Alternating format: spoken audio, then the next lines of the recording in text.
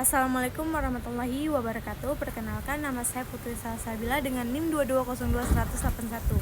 Baik, di sini saya akan mengikuti ujian komprehensif yang berbentuk video. Jadi di sini saya akan menjelaskan 3 materi. Yang pertama ada karakteristik ajaran Islam, yang kedua metodologi hadis, dan yang ketiga metodologi tasawuf. Baik, di sini saya akan menjelaskan karakteristik ajaran Islam. Karakteristik ajaran Islam terdiri dari 2 tema utama yang berbeda pengertiannya, yaitu karakteristik dan ajaran Islam. Kata karakteristik dalam Kamus Besar Bahasa Indonesia ataupun KBBI diartikan sebagai suatu ciri khas bentuk-bentuk watak, karakter yang dimiliki oleh individu, corak tingkah laku dan tanda khusus. Sedangkan kata Islam secara etimologi dalam perspektif bahwa Arab adalah aslim atau damai, aslama menyerahkan diri, pasrah, istilah penyerahan secara total kepada Allah, salim bersih dan suci, dan salam selamat. Kata Islam secara terminologi diartikan sebagai pesan bahwa umat muslim hendaknya cinta, damai, pasrah kepada ketentuan Allah Subhanahu wa taala, bersih dan suci dari perbuatan nista, serta dijamin dunia dan akhirat jika melaksanakan risalah Islam.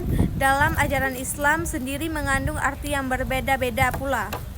Untuk meninjau ajaran Islam dapat dikemukakan sebagai berikut. Jadi di sini saya akan menjelaskan beberapa poin.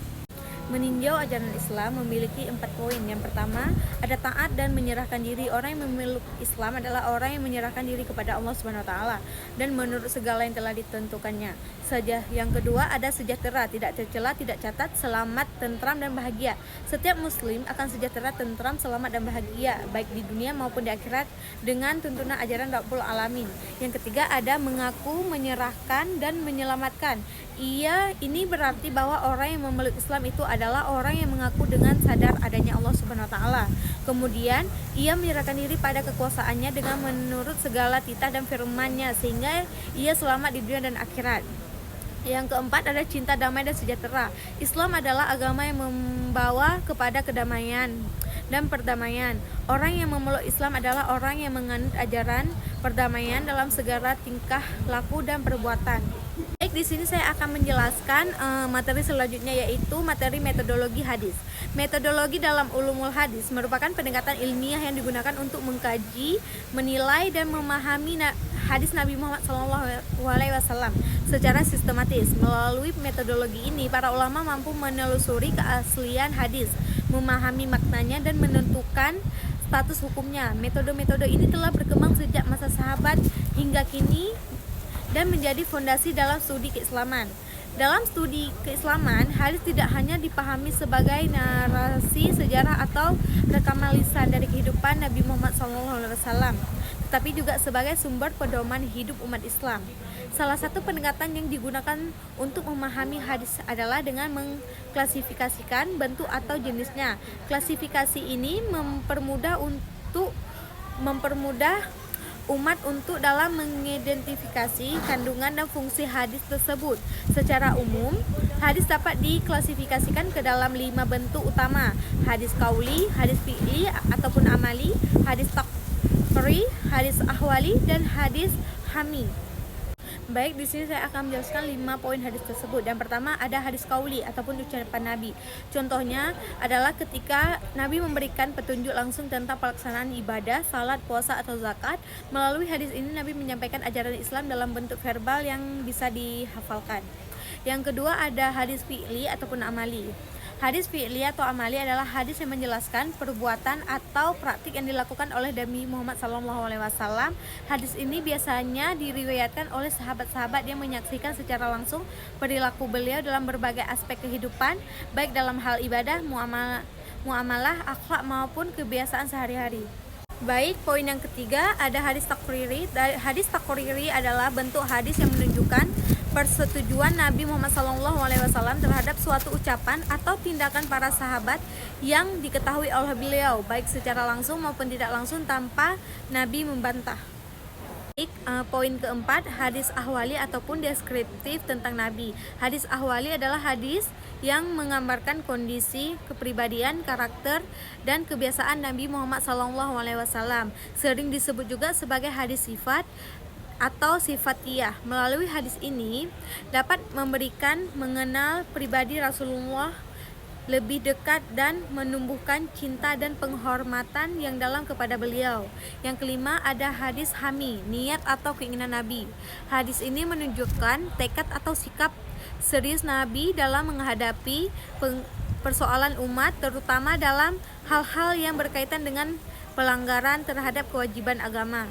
Dalam beberapa kasus, hadis hami juga menunjukkan kebijaksanaan Nabi dalam menahan diri meskipun ada niat untuk bertindak tegas. Hal ini menambah dimensi kemanusiaan dan kedalaman kebijaksanaan beliau sebagai pemimpin umat. Baik, yang terakhir saya akan menjelaskan tentang teori metodologi tasawuf. Pendekatan tasawuf dalam studi Islam berarti mendekati atau memahami Islam melalui pendekatan tasawuf. Memahami Islam melalui pendekatan tasawuf bertujuan untuk meraih kemurnian tauhid kepada Allah Subhanahu wa taala.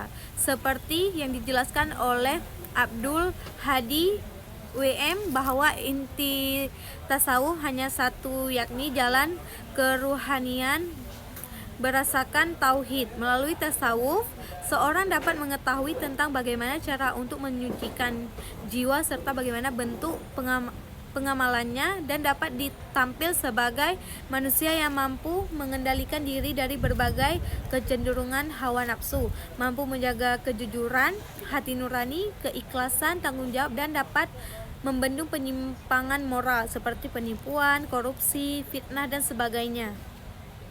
Tentang definisi tasawuf sebagai berakhlak sesuai dengan akhlak Allah, Haidar Bagir memberikan penjelasan bahwa tasawuf merupakan proses mengaktualkan potensi akhlak Allah yang ada pada diri setiap manusia dan menjadikannya sebagai akhlak dalam kehidupannya. Pada puncak akhlak Allah yang harus ditanamkan dalam diri adalah kasih sayang.